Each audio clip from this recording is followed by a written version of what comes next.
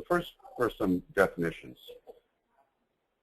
If you're in what we call a traditional subsidy-based insurance program, you also might have heard it called guaranteed cost. And the reason it's called guaranteed cost is you pay the same amount of money regardless of your claim experience. By example, if you pay in $200,000 a year in premium, whether your claims are zero or your claims are $1 million, you still pay that guaranteed cost amount of $200,000. And the reason for that is simple. Everybody pays into an insurance pool, and you probably understand that. And I'll use an example. If your insurance carrier is Travelers.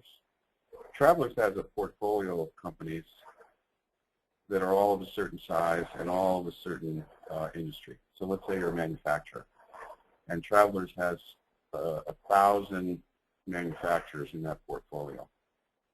Well, some of those manufacturers have great loss experience, and some of them have poor loss experience. And what ultimately happens, which is the focus of my program today, is if you're one of the good ones, you subsidize the bad ones. That $200,000 you pay in premium, if you didn't have only zero in losses, it doesn't go to the Travelers. Travelers uses that to pay the claims of the companies who didn't pay enough. The opposite of this traditional or guaranteed cost insurance is something called performance-based insurance, which means that your premium is variable based on your performance.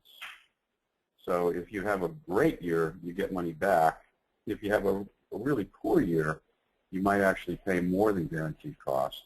So you have to have a strong faith in your safety culture that you're going to keep your claims low over the long haul and get paid for that performance instead of you're subsidizing your competitors. I don't know all of your companies and what type of insurance that you currently have. Some of you may have a performance-based insurance product now. And this webinar will still be helpful to you even if you have a performance-based program. There's lots of different performance-based programs. They have lots of funky names. And the reason I wrote my book is to try to bring some clarity to the confusion that the industry has created. Because essentially they all mean the same thing. You pay for performance. If you haven't heard of this, you might wonder who does use these programs. And it's typically larger and more sophisticated companies. All the Fortune 500 use some form of self-funding or performance-based program. They also buy insurance. I don't want this to be misleading to think, oh my gosh, this sounds risky. Bob's telling me that I can buy this performance-based program and I might save some money, but there's no upper limit and I can get killed in a bad year. And that's not the way these work. Every company has to figure out what their own individual risk tolerance is. And for some companies that might be 50,000, others it might be 100, others it might be 250, it might be 500, it might be $1 million. And for these Fortune 500 companies, I imagine their risk tolerance is into the tens of millions, if not even hundreds of millions. And they set that upper limit and say, okay, if it hits that amount, we're going to lay it off to an insurance company. And that's called reinsurance. A little bit of history that adds some insight into this topic.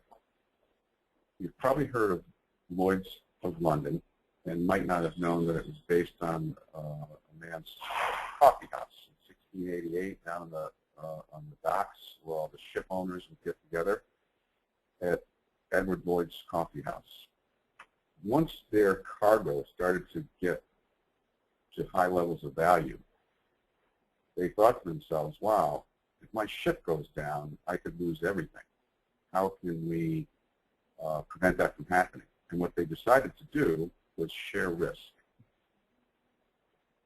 A ship owner would come into the coffee house. He would post the name of his ship, the cargo, the destination. He'd put that up on the board. And the other ship owners would come in and take a piece of the risk. So they'd write their name down and put 10% or 5% or 20%, whatever amount they wanted to take. And that's where the term underwriting comes from, the underwriter. Whoever wrote down their name on that list became an underwriter of the risk that was going across the sea. So if you look at that, in those days, this was a very intimate proposition. These ship owners all knew each other. They knew how well-managed ones from the poorly managed ones.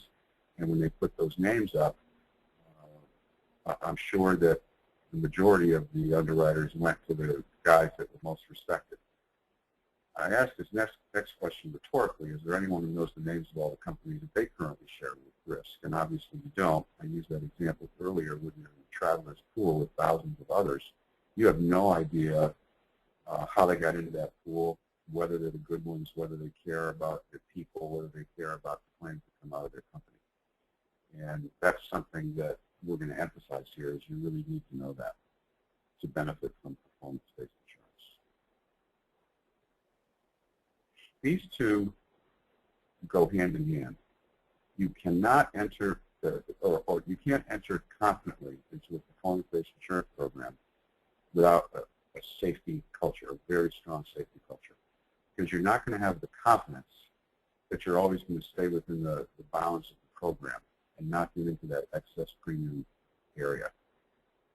So that is the absolute first step to performance-based insurance, is you have to have a safety culture. And as you'll see in the examples that I provide today, that is the one thing that's all in common. Here's case study number one. This is a large regional nursing home chain that we have as a client with 40 homes throughout New England. And up until 2 years or so ago, they bought their insurance like a one-home business instead of a 40-home business. They had an individual insurance policy on every single company. And I show here 25 to 3 because at the time we started, they had 25 homes. Now they have 40. And they had guaranteed cost insurance. Even a company of this size doing $300 million a year in revenue, they lacked the sophistication to understand performance-based insurance. Not unusual, but certainly not the rule for companies of that size. So what did we do? Look at that next bullet point. We formed a captive insurance company. Captive insurance companies form of performance-based insurance. And essentially, what it means, you form your own insurance company to insure your own risks. I'm not going to get into that at a very technical level. They've been around for 50 years. Every Fortune 500 company has one or more captive insurance companies that they have formed just to insure themselves. There's a way you can do that to satisfy the IRS, so it's still a tax-deductible expense. And that's what we specialize in doing for companies. But when they got into this, because they've been buying more like a mom and pop than a big regional player, they weren't focused on safety. They didn't understand how important it was. So they made a huge shift to go to a performance-based program while simultaneously really increasing the focus on safety.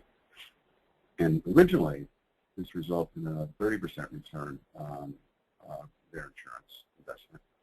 And now it's approaching closer to 50% because they've just instituted a program to virtually eliminate their biggest cause of loss, which is lifting and moving patients. They're still going to lift and move the patients, obviously, but they found a way to do it, especially consultant we hired, they found a way to do that safely. So there are extraordinary returns. These folks are paying through the nose, really paying way too much for insurance when we started. And now they're paying well below average because of how much they've emphasized on safety, and they've built a very efficient, performance-driven insurance company behind it. I know that we have some contractors on the line today, and contractors are commonly use performance-based insurance programs. This company had been in one for a long time, but it wasn't operating well for them. They seemed to be stuck at a certain level of losses, $200,000 to $300,000 in workers' comp losses every year, and they just couldn't get out of that. And what's important to know there is if you're already in a performance-based program, just because you're in one doesn't mean you've solved the problem. It doesn't mean you've got the best performing program, or it doesn't mean you've increased your safety culture to the extent that you're really taking advantage of the performance-based program. I can't emphasize enough. And whether you ever, I'll just say this because I feel so strongly about it, whether you ever get into a performance-based program or not, I think that improving your safety culture is one of the best things you can do for your company. It not only saves you money, improves morale, it helps with hiring, and just that they found that the safest companies are also the companies that perform the best. It just falls in line with the other high principles that you have in your company around quality, performance, and other things. So anyway, these guys were struggling, and what they decided to do was really upgrade their focus on safety and really improve their injury management. What injury management is those people that do get hurt, the goal is to get them well and get them back on the job as quickly as possible. And once again, you can be in a performance-based program. If you don't have good injury management, you're not going to be making the most of that performance-based program. Injury management means you care most about the employee, and just as they do, you need to want them back on the job as quickly as possible. So what ultimately happens when we turn this around? It's a big company, $100 million. You're not going to turn it around in 6 months. It's really taken them a couple of years to get the safety concepts all pushed all the way down to the front lines. But now they're starting to see a significant return on investment, as you can see in the slide, and it's paid off. When you switch to these programs, sometimes you can. I've seen companies that turn it around in a year, and all of a sudden they're making big returns. But more often, it's a 2 to 3 year process. Last one here is a petroleum distributor. They also haul gasoline and have a chain of convenience stores. And this company was unsophisticated in their approach to insurance. We put them into something called a group captive, which is another form of performance-based insurance. You might ask, well, how does this one differ from the nursing home in case study 1? Case study 1 had their own individual captive. A group captive is sponsored by a consultant who puts together a small group of middle market companies to start it. That's like 10 or 15 companies, and then slowly builds that up, 20, 50, 100, 200. So what you have when you thought about Lloyd's Coffee House, that's the extreme example where you had maybe 5 or 10 different ship owners in your pool. And you knew all of them, you shook their hand, versus the Travelers that might have 1,000, 2,000, 3,000 in that portfolio of manufacturers, in my early example. Group captive is someplace in the middle. Probably the average group captive has 100 members. They all meet twice a year. And what they do is they reinsure themselves. Each individual member takes on a certain level of risk. I'll say $250,000. So you put your money in a pot to pay your own claims up to $250,000. And all the other 300 members or 100 members, in my example, reinsure each other. So they pay each other for different percentages of their claims. And then there's reinsurance where it's offloaded to an insurance carrier for everything above that. It's probably the single most efficient way I've ever seen to buy insurance. Is there some upside and some risk to it because you're in that risk-sharing layer? Yes, but it's a very, very narrow layer of coverage, and the risk-sharing is not enough to that much. As you'll see in a graph that I've got ahead of us here, you can, in an ideal scenario, get 70% of your premium back in a group captive. This company's got a long-term 35% return, which is really pretty good. If you can get a long-term 25 to 35%, you know, it says return on investment, but put that into your individual premium. If you're spending $200,000 a year, what that 35% is $70,000. It's 35% of that 200. It's not, return on investment is one way to phrase it, but it's really how much you would save off traditional guaranteed cost insurance. I'm not going to read these to you. There's a lot of challenges when you go out and buy guaranteed cost insurance. I'm going to focus on the 2 bottom ones. as I said earlier, you subsidize your competitors with poor claims. I want to say that again. You subsidize your competitors with poor claims. So you're working hard every day, focusing on safety, focusing on injury management, getting your injured workers back to work as quickly as possible. And who benefits from that? Your competitors. The ones who don't care at all. Your extra money is being used to subsidize them. That's a real eye-opener to most business owners when you hear that, because I think that extra money they always thought went to the insurance companies. And it does go to the insurance companies, but they reallocate it. Insurance companies don't make a lot of money in the insurance business, by the way. They make most of their money on investments. And they're happy to break even on the insurance business. And the only way they can break even is to rob Peter if they fall. Same thing with safety programs. You can really, really work hard, create the safest work environment, but for the same reason, as I stated earlier, all the benefit is going to go to the insurance carrier, who then is going to subsidize your competitors with poor claim experience. It's a lousy formula. It obviously works because the safest companies don't know what I'm telling you today. I think if the safest companies understood this, they'd all jump at the chance to do a performance-based program where they're the ones that benefit from their hard work. I'm not going to read all these either, but I'm going to focus on the bottom two. Profits from insurance are really simple. There's a certain amount of money that's required to run the insurance company. The rest is allocated to pay claims, and the profits are all those dollars in the claims category that you don't spend yourself. So you have 100% reward for favorable claims. You get all the money back that you don't spend. So just in summary, if you're in a performance-based program, you no longer subsidize your unsafe competitors. Many companies save over the long haul, because every company is going to have a bump in the road, so it averages out over the long haul, so 25 to 35%.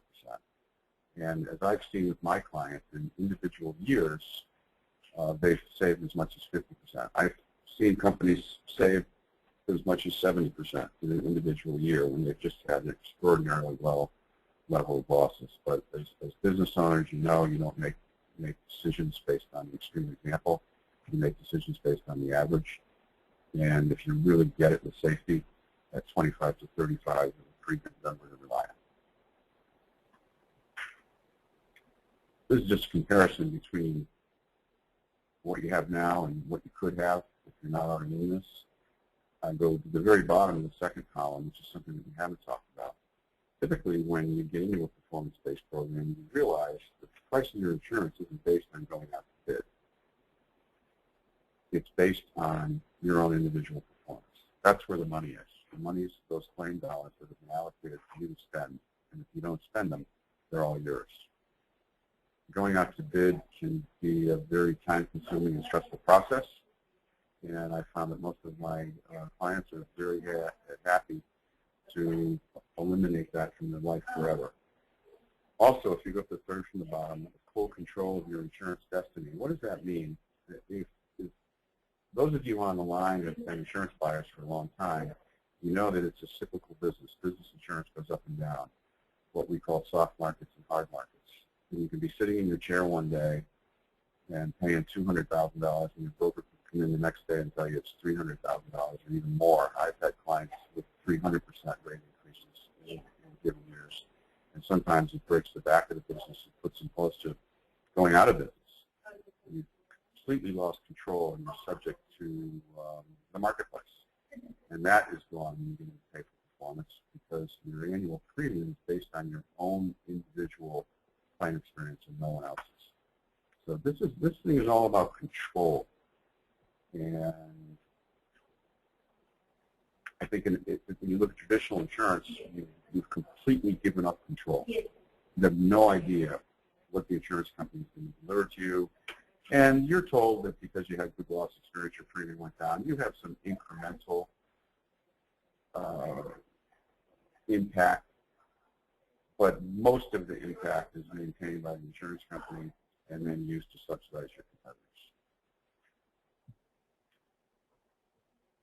I use this as an example because, once again, the two pillars of this, and it kind of goes in order here, you focus on safety, you have strong injury management for the people who are injured, you use a performance-based insurance solution, that's the win-win-win. Those are the three sides of the triangle. Those are the three things that, if you have them in place, you will absolutely, without qualification, pay the least amount for insurance that you can. It's the same principles that the largest companies in the world rely on when they go out and buy insurance every day. And you can have that in the middle market. Any company spending $125,000 a year and up in workers' comp, automobile, and general liability premium will satisfy the requirements to get into one of these group captives, which is the concept I described in example 3. This probably makes it the simplest of all. If you look at that pie chart on the right, and I show 30% overhead. Roughly, depends on the line of coverage, depends on the insurance company, large ones, small ones, a lot of different things. It costs about 30% in overhead to run the insurance company. Just like you have overhead in your business, insurance company has overhead. And 70% is what they set aside to pay claims. So you can see the reversal here, where on the left, you're subsidizing others with that 70%. On the right, that potential return goes to you. You pay the overhead of the insurance company, you pay in this money up front, the 70%, but then you can potentially get it all back in the form of a dividend. Well, very good. Thank you very much, Bob. We really appreciate that. That was a terrific presentation. Excellent information for the attendees today. For those of you who would like additional information on this topic and have just 10 or 15 minutes to spend, Bob Phelan can personally determine if your organization would qualify for one of these performance-based insurance plans. You can call him at 860-482-6566. Once again, 860-482-6566. Yes? I need to modify that phone number. Oh, please do. It's 860-761-7201. Great. Could you say that again, please? 860-761-7201. Very good. And could you advance to the next slide? And here's the information. We apologize for the phone number. However, you have the information for Bob Phelan here. His email is listed below, bgphelan@Litchfield Insurance, litchfieldins.com. We'll also be reaching out to everybody who attended today, and we certainly thank you for your time and this great presentation. With that, this web seminar is now ending. We thank you and hope you all have a great day.